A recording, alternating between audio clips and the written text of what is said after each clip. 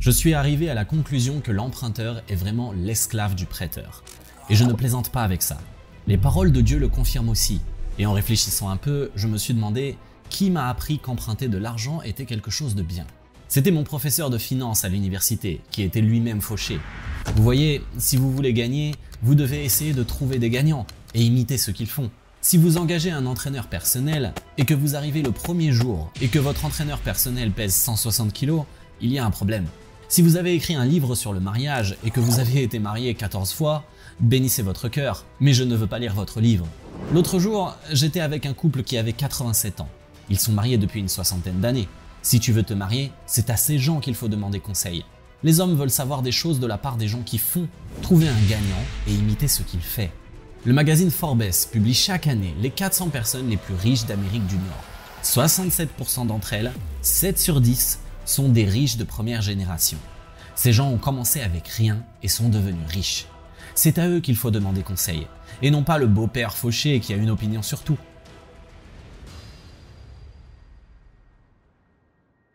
On a demandé à ces 400 personnes les plus riches d'Amérique du Nord quelle était la clé la plus importante pour devenir riche. 75% d'entre elles ont dit se désendetter et rester désendetté. Mais les gens fauchés ont toujours un plan de paiement, n'est-ce pas? Parce que les gens fauchés veulent régulièrement une voiture qu'ils ne peuvent pas se permettre. Ils veulent toujours une stéréo qu'ils ne peuvent pas se permettre. Ils veulent toujours des vêtements ou des vacances qu'ils ne peuvent pas se permettre. Et laissez-moi vous dire comment vous pouvez savoir si vous pouvez vous le permettre. Si vous avez de l'argent pour le payer. Si vous n'avez pas d'argent, par définition, vous ne pouvez pas vous le permettre parce que lorsque vous vous endettez, vous êtes accroché à ces paiements. Vous êtes un esclave. Jésus a dit que c'est dur de servir 2 maîtres à la fois. Alors qu'est-ce qu'on va faire? Comment allons-nous nous en sortir? Je vais vous dire ce qu'il faut faire pour ne plus être esclave de vos dettes, avec une application pratique dans le monde réel. Vous voyez, la vérité est que si vous répandez un mensonge ou un mythe, assez souvent, assez fort et avec assez de sophistication, les gens finiront par le croire. Et ils parleront de ce mensonge à d'autres personnes. Et ce n'est pas qu'ils voulaient mentir. Ils ont simplement cru au mensonge et l'ont répandu. Cela arrive tout le temps. Il y a donc 5 choses que vous devez faire et avec votre intensité de gazelle, ces 5 étapes vont vous tenir hors de la dette. Regardons-les. La première est que vous devez économiser de l'argent. Vous devez absolument économiser de l'argent. Nous enseignons aux gens la toute première chose à faire avec l'argent. Ce que nous appelons la première étape est d'économiser 1000 $ aussi vite que possible sur un petit compte d'épargne. Donc, mettre un peu d'argent de côté, économiser de l'argent est votre première étape. L'étape suivante, c'est d'arrêter d'emprunter de l'argent. Tu ne peux pas sortir d'un trou si tu continues de creuser le fond. Alors tu dois dire, peu importe ce qui arrive, peu importe la situation, quel que soit le désespoir ou l'intrigue ou la grande opportunité, je n'emprunterai plus d'argent. Je n'emprunte plus jamais d'argent. Je ne dis pas que Dieu va donner de l'argent aux gens stupides parce qu'ils vont le perdre. Mais si vous suivez un plan, je peux vous dire ceci. Au fil des années de conseils, j'ai vu des gens, année après année, se débarrasser de leurs dettes et avec une intensité de gazelle, j'ai vu leurs revenus augmenter. Numéro 4, vendre quelque chose. Vendez tellement de choses que vos enfants penseront qu'ils sont les prochains.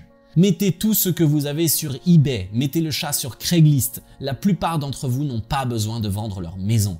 Mais certains ont besoin de vendre leur voiture. Certains d'entre vous sont hors de contrôle. J'ai des gens qui m'appellent et qui me disent « Vous savez, je gagne 32 000 $ par an. Comment je peux financer l'université de mon enfant ?» Eh bien, combien devez-vous sur votre voiture? Mais j'appelais pour l'université. Oui, je sais, mais combien devez-vous sur votre voiture? 28 000? 28 000 pour ta voiture, mec? C'est stupide. C'est le conseil biblique juste là. Vous ne pouvez pas vous déplacer avec un paiement de voiture de 600 $ par mois. Et personne n'est vraiment impressionné. Personne n'est impressionné. Ils agissent comme s'ils l'étaient pendant 20 minutes. Mais après que l'odeur de la voiture neuve se soit dissipée, ils ne sont plus impressionnés. C'est tout. Numéro 5. Prenez un travail à temps partiel, ou un travail supplémentaire, ou quelques heures supplémentaires, ou quelque chose comme ça. Ma grand-mère avait l'habitude de dire qu'il y a un bon endroit où aller quand on est fauché. Allez travailler. Le travail est un moyen sûr de gagner de l'argent. Si vous lisez les Écritures, notre Dieu est un Dieu du travail. Les diligents prospèrent. Si vous ne travaillez pas, vous ne mangez pas. Tout est là-dedans. Je ne fais que prier et attendre Dieu. Non, c'est un raccourci pour le chrétien paresseux. Tu dois te lever, quitter la grotte, tuer quelque chose et le ramener à la maison. C'est comme ça que ça marche. Nous sommes des gens d'action. On n'est pas des gens de passivité. On est un peuple proactif qui fait bouger les choses. Sortez d'ici, démolissez quelque chose et mettez le bazar quelque part. Cela résoudra beaucoup de problèmes.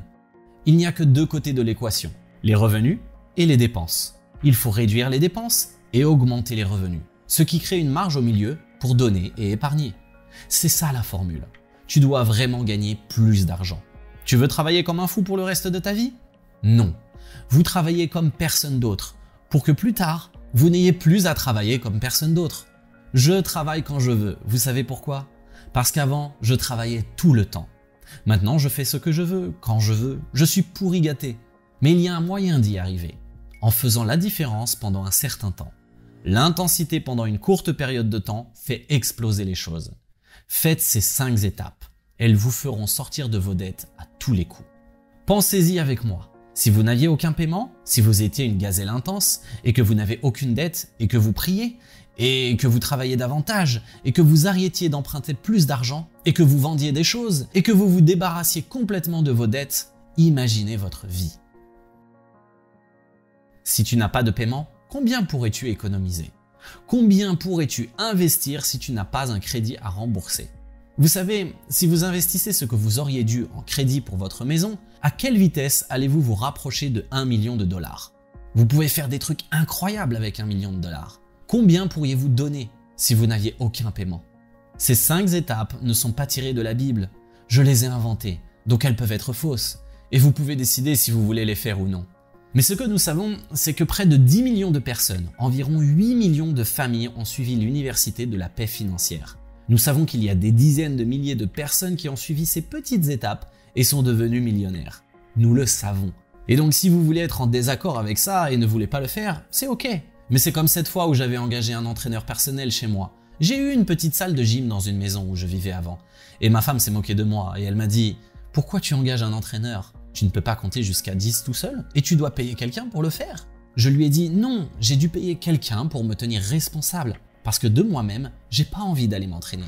Je dois me lever et descendre et bien m'entraîner. Et le coach a un physique bien tracé et des abdos, etc. Et moi, j'ai le ventre gros comme un gâteau. Eh bien, quand il me donne les 6 trucs à faire avec la nutrition, est-ce que je vais dire « Oui, mais le numéro 14, j'aime tout le reste, mais le numéro 14, je ne sais pas si tu as raison. » Je suis assis là à discuter avec le gars qui ressemble à un dieu grec, alors que moi, j'ai l'air d'un bozo. Vous voyez ce que je veux dire? Et donc, vous êtes assis là, fauché, à discuter d'une nuance sur ces 5 petites étapes. Ce que vous faites, c'est que vous essayez de trouver un moyen de ne pas avoir affaire à vous. Mais ne blâmez pas les autres pour ça. Tu sais, va juste manger tes donuts et être gros. Je veux dire, il n'y a rien de mauvais à ça. Je l'ai fait aussi. Je suis ok si tu veux être fauché. Je suis d'accord si tu veux travailler dans un système différent, et c'est tant mieux. Mais tu n'as pas à diaboliser quelque chose qui a fait ses preuves, afin de justifier ton manque d'action. Et ça, c'est juste de l'immaturité. Et c'est un classique des réseaux sociaux avec un type qui écrit un blog financier et qui vit dans le sous-sol chez sa mère. C'est juste un truc classique. Vous savez, moi aussi j'étais fauché et brisé, et j'ai dû apprendre à gérer l'argent, sachant même que j'avais un diplôme en finance et toutes ces licences et certifications. Et donc, j'ai dû apprendre à gérer l'argent.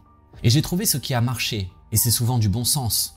J'ai trouvé des paroles dans l'écriture sainte, par exemple faire un budget. En conséquence, j'ai fait un budget, et ça a marché. Et puis j'ai dit à mon ami, mon gars, j'ai fait un budget et ça a marché. Et il a dit, tu peux me montrer comment faire? J'ai dit bien sûr. J'ai sorti un petit bloc-notes et une calculatrice à 10 touches. Et on y est allé. Puis je lui ai dit que j'étais sorti de toutes mes dettes. Et il m'a dit, comment tu as fait ça? J'ai listé les dettes, de la plus petite à la plus grande. J'ai lu ça quelque part. Un type l'a fait et ça a marché. Une fois que j'ai payé la petite, j'ai eu un peu d'espoir et j'en ai fait une autre. J'ai eu plus d'espoir et puis j'ai continué d'en faire une autre. Et l'espoir a continué à grandir. Et à mesure que l'espoir grandissait, mon intensité augmentait et ma vitesse à me débarrasser de la dette et les mathématiques augmentaient. Voilà ce que j'ai fait. Et il a dit, je peux faire ça moi? J'ai dit oui, je vais t'accompagner si tu veux.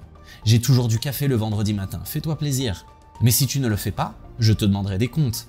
Et donc on a fait ça. Et ensuite j'ai commencé à enseigner un cours du dimanche à mon église du coin qui était, vous savez, que du bon sens. Faire un budget, se désendetter, vivre avec moins que ce que l'on gagne. Tout ce que disait grand-mère et tout ce que dit la Bible. Et donc, au fur et à mesure que les gens le faisaient et que je collectais plus de retours positifs, j'étais plus confiant pour persuader quelqu'un d'autre de le faire. Et aujourd'hui, 30 ans plus tard, beaucoup de gens sont passés par l'université de la paix financière. Si vous n'êtes pas d'accord avec ça, vous avez tort et vous devriez vous taire. Je veux dire, il y a toute autre série de preuves. Et je sais que ça marche parce que je me suis basé sur la sagesse ancienne, honorée par le temps. Je suis moi-même un brûleur, un sprinter. J'aime faire les choses très vite et rapidement et j'ai une courte capacité d'attention. Si vous ajoutez l'immaturité à cela, vous avez quelqu'un qui a la capacité d'attention d'une allumette. Je veux dire, vous ne pouvez pas rester dans le jeu, vous ne pouvez pas rester concentré. Mais ce que j'ai réalisé en tant que sprinter, c'est que je pouvais utiliser cette énergie comme de l'enthousiasme pour démarrer et je serais capable, sur cette longue course, d'économiser et sprinter la fin du semi-marathon. Je peux économiser un peu de carburant et je dois être plus stratégique et intellectuel sur la façon dont je place mon énergie pour obtenir la victoire. Parce que ce que j'ai découvert, c'est que devenir riche rapidement, ça ne marche presque jamais. Devenir riche lentement est possible, mais devenir rapidement et instantanément un succès ne marche presque jamais. Et quand ça marche, ça ne dure pas. C'est une mentalité de brûleur et c'est ma personnalité. Mais j'ai dû dépasser ça en tant qu'acte de ma volonté, en tant qu'acte intellectuel, et je me suis dit, très bien, je vais utiliser toute cette énergie de brûleur pour courir tout le marathon. Et je dois prendre la décision de jouer pour longtemps, même si ce n'est pas dans ma nature. Parce que sinon je vais juste devenir une victime de ma personnalité. Alors que non, je ne veux pas être une victime de ma personnalité. C'est un vrai changement de décision. Si vous voulez gagner dans un domaine de votre vie, la principale façon dont j'ai été capable de faire ça dans ma vie, c'est de m'améliorer chaque année, dans chaque domaine et découvrir ce que nous appelons en affaires les meilleures pratiques de quelqu'un d'autre. Et donc, est-ce qu'un dixième de millionième de 1% des gens qui sont millionnaires le sont devenus grâce à la loterie? Ou est-ce que 96% des millionnaires sont devenus tels grâce à cette autre façon? La réponse est claire, j'opte pour le plan des 96%. Cela semble être une décision prudente à prendre. Maintenant, quel peut être le problème ici? Oh non, mais ça va prendre du temps. Je dois investir dans mon plan d'épargne retraite. Je dois vivre avec moins que ce que je gagne. Je dois rembourser ma maison et mes autres dettes. Parce que quand je n'ai pas de paiement, j'ai de l'argent. La richesse, ça va prendre 10 ans. Ce que je vous dis va prendre 15 ans. Mais il y a une probabilité de 96% de fonctionner. L'autre a 1/10 de chance de fonctionner. Alors lequel allez-vous choisir? Je veux dire, comment perdre du poids? Comment se met-on en forme? En mangeant moins et en faisant plus d'exercice. C'est ça. Je n'ai pas besoin d'un livre d'Oprah pour ça. Je viens de le découvrir. Mais à la place, je veux une application. Je veux un plan. Je veux un raccourci. Je veux prendre une pilule. Je veux faire quelque chose qui court-circuite la probabilité. Mais sur toutes les personnes que vous connaissez qui ont perdu du poids et l'ont gardé et sont devenues en forme, est-ce que l'une d'entre elles a vraiment utilisé un raccourci? Non. Ces gens ont simplement fait preuve de discipline et de constance. Et parmi toutes les personnes que vous connaissez qui ont développé de merveilleuses entreprises, combien d'entre elles l'ont fait en 20 ans? Et combien d'entre elles l'ont fait en 20 mois? Beaucoup plus sur 20 ans bien sûr. Et combien de ceux qui ont fait plus de 20 mois ont même survécu 20 ans? En fait, je suis un gars pratique, je regarde juste les données. Qu'est-ce qui fonctionne? Environ 15% des millionnaires que nous avons étudiés ont fait leur fortune en tant qu'entrepreneurs. Et voici pourquoi nous n'avons pas étudié les déca-millionnaires. Nous avons étudié les millionnaires de 1 à 5 millions.